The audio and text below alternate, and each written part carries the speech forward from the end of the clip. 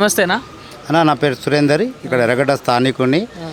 బాబాసాహెబ్ రాసిన రాజ్యాంగ చట్ట సవరణ విధానానికి, ఆ రాజ్యాంగ పరిధిలో ఉన్న దళిత సామాజిక బహుజన సమాజానికి మేము స్ఫూర్తిదాయకులము. మా యొక్క నినాదం జై భీమ్. ఇప్పుడున్న ఈ పొలిటికల్ విధానం ఎక్కడైతే చూస్తున్నారో చాలా పోటీగా అంటున్నారు, కానీ కాదు. ఇక్కడ యాక్చువల్గా అయితే నవీన్ యాదవ్ గారు అత్యధిక మెజార్టీతో గెలుస్తారు అని మేము భావిస్తున్నాము.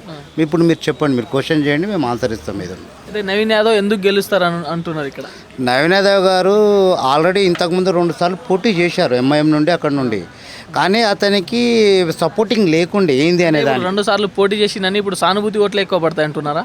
సానుభూతి కాదు, ఆయన చేసిన ఒక సేవ చాలా మందికి హెల్పింగ్ చేశాడు. హెల్పింగ్ నేచర్ ఉంది ఆయనలో. కానీ పార్టీ విధంగా ఆయనకి సపోర్టింగ్ లేకుండే మామూలుగా.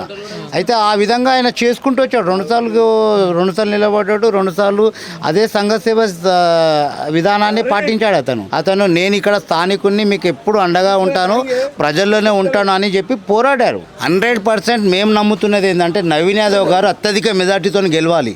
ఆయనకు ఇచ్చిన ఒక మంచి ఆపర్చునిటీ ఏంటి అంటే ప్రజలు పక్కనున్నవారు అందరూ కలిసి అమైకమయ్యి అతన్ని గెలిపించుకునే అవకాశాలు అయితే చాలా ఉన్నాయి. ప్రతి ఒక్కరి మనసులో అదే ఉంది, నవీన్ యాదవ్ గారు గెలవాలి. బడుగు బలైన వర్గాలకి ఆశాజ్యోతి అని మేము అనుకుంటున్నాం. ఎందుకంటే అతనిలో స్పిరిట్ ఏంటంటే ప్రతి ఒక్కరికి హెల్పింగ్ చేయాలని. ప్రతి ఒక్క బస్తీలో అడగకముందే ఇది మీరు కట్టుకుంటారా, నేను డబ్బులు ఇస్తాను, మీకు నేను హెల్పింగ్ చేస్తాను అని చెప్పి ముందుకు వచ్చిన ఆయన. అలాంటి వ్యక్తిత్వం గల ఒక మనిషి మన మధ్యలో ఉండి పేదవాళ్ళకి హెల్పింగ్ చేసే ఒక విధానం అయితే కలిగి ఉంటుంది కదా. అది అందరూ గమనించాలి, ఆలోచించాలి. ఆ నైపుణ్యంతోనే అందరూ ఓటేసి నవీన్ అన్నకు అత్యధిక మెజార్టీతో గెలిపిస్తారని మేము ఆశిస్తున్నాము. అదేవిధంగా పనిచేస్తున్నారు, నాయకత్వం కూడా పనిచేస్తుంది ఇక్కడ.